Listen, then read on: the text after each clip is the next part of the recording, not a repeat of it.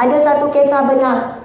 Seorang sahabat saya, kawan jugalah, saya kenal, tak berapa kenal sangat, tapi saya jumpa dalam majlis ilmu. Masa tu saya pun hadir kuliah tersebut. Ada tok guru datang, kemudian saya duduk sebelah dia. Saya tahu suami dia baru meninggal. Dia lebih muda daripada saya. Ada anak 3 orang. Saya kata, "Dek, takziah ya, suami kamu meninggal." Suami pun muda lagi, bukan tua sangat. Lepas tu dia kata, "Ustazah, saya memang sedih suami saya meninggal. Siapa tak sedih, muda lagi, anak kecil. Tapi Ustazah, saya bahagia dengan pemergiannya." Dah confuse lah kita. Sedih tapi bahagia. Dia kata, "Ustazah, saya menjadi..." Dia cerita macam ni. Suami dia seminggu sebelum dah bagi tahu, "Abang dah tak lama ni, abang kena selesaikan beberapa perkara sebelum abang pergi. Tinggal beberapa hari lagi saja. Cukup 7 hari abang dah tak ada."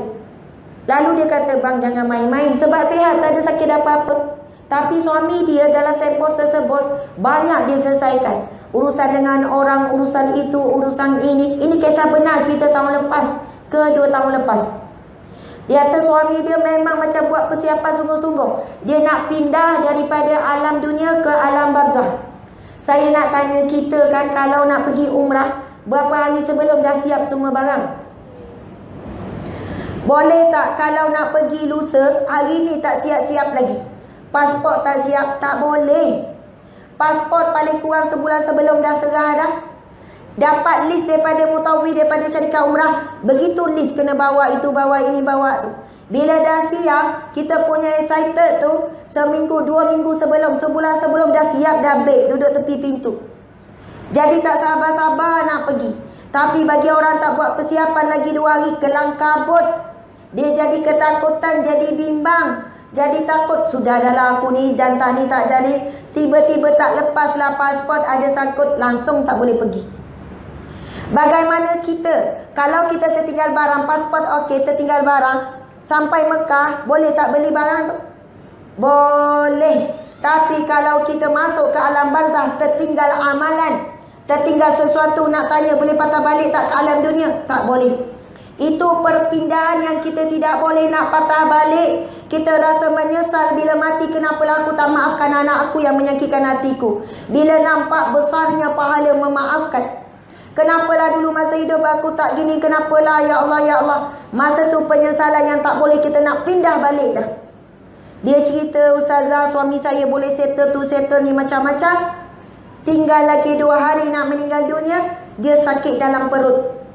Bila pergi hospital, masuk hospital, doktor cek tak ada apa-apa, appendix ke apa, dia sakit dalam perut.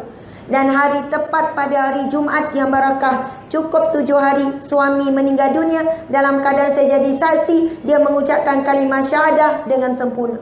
Allahu Akbar. Dan memang disebut dalam hadis Nabi SAW, antara kematian usul khatimah, tanda-tandanya adalah mati kerana sakit perut. Kalau sakit perut, ada penyakit lain tu cerita lain. Ini tak ada sakit apa-apa, sebab Allah nak jadikan asbab untuk dia meninggal dunia, dijadikan dia sakit perut.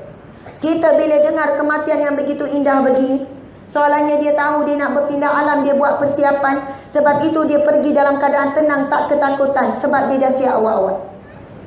Kita akan tanya apa amalan suami.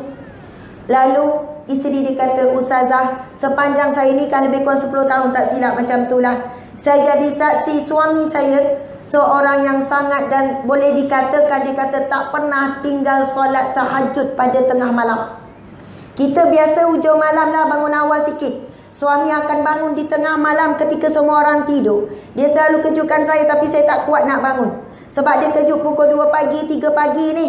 Dan dia bukan sekadar meluangkan masa sedikit saja, tapi dia akan hafaz Quran, baca Quran. Suami dia kerja biasa je, bukannya di kalangan ahli-ahli ilmu agama, tapi yang seorang yang sangat jaga solat malam tahajud. Allah Subhanahu wa taala berfirman di dalam Al-Quran, "Wa minal laili fatahajjat bihi." Daripada sebahagian malam bangunlah bertahajud. Asa an yab'asaka rabbuka maqaman mahmuda. Mudah-mudahan akan dinaikkan oleh Tuhanmu dirimu pada makam yang terpuji, maqaman mahmuda, makam yang terpuji. Allahu Akbar, subhanallah. Semalam saya ada ziarah seorang guru. Kalau saya sebut nama dia, semua orang tahu nama dia ni. Seluruh Malaysia pun tahu guru ni.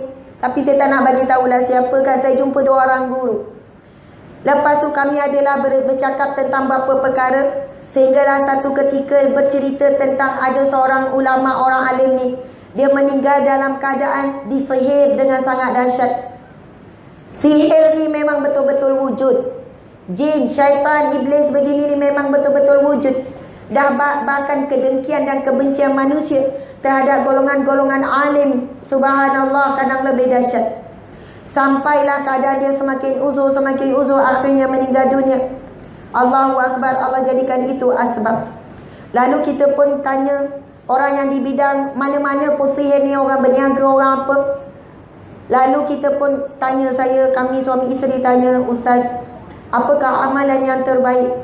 Kan banyak zikir tu, zikir ni, baca itu, baca ni. Lalu guru ni cakap, yang paling kuat, pendidik paling hebat, tidak ada yang lebih hebat daripada ini, iaitu tahajud di tengah malam.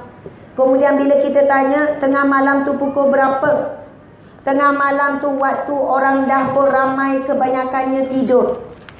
Pukul 12 malam, ramai tak lagi yang tak tidur? Masih ramai. Kedai makan, restoran ramai lagi. Pukul 1 pagi pun ada lagi. Biasanya pukul 2, pukul 3, pukul 4. Waktu inilah manusia paling ramai, makin kurang dan paling ramai dah tidur. Waktu kita betul-betul sunyi, sembunyi, tak ada siapa yang tahu ibadah malam kita. Dan jangan bocorkan rahsia kita dengan Allah. Yang mana malam itu kita bertemu, dating dengan Allah. Tapi ada orang dia nak nampak, nak bagi tahu, nak orang tahu. Dia pagi tu menguap tak berhenti, menguap. Orang pun tanya, kenapa menguap tak berhenti? Ngantuk. Dah kenapa ngantuk? Malam tadi qiyamul lail. Tapi kau seorang je aku cakap, kau jangan cakap pada siapa-siapa. Aku takutlah aku ni. Dah cakap seorang cukuplah. Dah habis mungkin jadi hangus. Terus kita akan rasa na'udzubillah, menggugurkan pahala-pahala. Sebab setelah ada satu pun manusia tahu, akan kita dihinggapi penyakit riak, ujub, kagum dengan diri sendiri, akan jadi takabur dan sebagainya. Rahsiakan pertemuan rahsia kita dengan Allah pada waktu tengah malam. Allahu Akbar. Guru ni kata, bukan tak disihir, mungkin disihir juga, tetapi boleh tepis. Sebab apa? Allah dah janji, orang yang bangun tahajud di tengah malam, maqaman mahmudah, berada pada makam kedudukan yang terpuji. Bila Allah letak pada makam yang terpuji, tidak ada siapa yang boleh menjatuhkannya, mengapa-apakannya, boleh menyakitinya, kerana Allah telah menjaganya. Allahu Akbar, subhanallah. Kau nak cerita kelebihan tahajud, ada banyak hadis Nabi, ada banyak firman Allah Subhanahu Wa Taala. InsyaAllah, saya pun pernah ada seorang guru tu, dia cakap macam ni, Ustazah, kalau Ustazah ceramah, tolong ingatkan, tolong selitkan, tolong sampaikan pasal tahajud di tengah malam. Itulah kekuatan umat Islam yang hilang pada hari ini. Tentera Imam Mahdi yang akan berlawan dengan Dajjal dan tenteranya adalah di kalangan orang yang bangun di tengah malam. Orang yang selamat daripada fitnah kubur, daripada fitnah masyar, daripada fitnah Dajjal dan apa jua, adalah orang yang bangun di tengah malam tahajud. Orang yang begini, datang apapun ujian, cabaran, caci maki, kejian manusia, dia tak akan terusik, dia tak akan terhalang perjuangannya. Masya Allah, Allahu Akbar. Okey, nak baca lagi ni. Moga dijauhkan daripada kematian yang mengejut yang tak sempat bertaubat. Bersungguhlah kita berdoa minta husnul khatimah. Alang-alang kita memang akan mati, siapkanlah awal daripada sekarang rumah kubur kita. Ada seorang alim ulama disebut macam ni.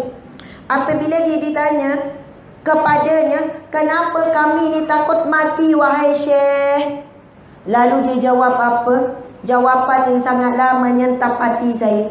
Orang alim ni jawab, kerana kamu menyiapkan rumah kamu di dunia ini lebih besar berbanding rumah kubur kamu. Kerana itu kamu enggan meninggalkan dan takut melepaskan rumah kamu di dunia untuk berpindah ke rumah yang lebih sempit. Bijak sangat jawapan tu, sangat mendalam. Bayangkan macam ni makcik-makcik, ibu-ibu sekalian. Kita sekarang duduk rumah kecil 2 bilik. Tiba-tiba anak kita ataupun kita lah dapat duit yang banyak, kita sedang bina rumah yang besar 10 bilik. Oh, besar sangat tu. Tak nak. Okey, tak nak 10, 5 bilik. Dah beza dah tu 5 dengan 2. Ruang tamu besar, rumah 3 tingkat, ada lift lagi. Tak nak lift. Okey, buat 2 tingkat saja. Lepas tu ada kolam renang. Takut lemas, tak payah kolam renang. Nak bercucuk tanam. Tapi rumah tu sedap, best. Rumah sekarang dengan tak ada aircon apa, dah dalam pembinaan. Saya nak tanya, sabar ke tak sabar nak pindah? Mesti tak sabar. Kejap-kejap pergi tengok, kejap-kejap pergi tengok bila nak siap. Satu hari kontraktor kata, makcik minta maaf, asal memang siap Februari 2020, tapi kena tangguh masuk April 2020. 2 bulan bagi masa, nanti siap elok. Kenapa pula dah janji kan bulan ni boleh masuk? Makcik dah packing dah barang apa semua. Bersungguhnya nak pindah. Lepas tu kontraktor nampak dah bersungguh sangat makcik ni. Makcik boleh dah masuk, tapi duduk bahagian tertentu je. Bahagian tu kita masih nak siapkan. Tak ada masalah, kita pindah dulu. Sampai macam tu sekali.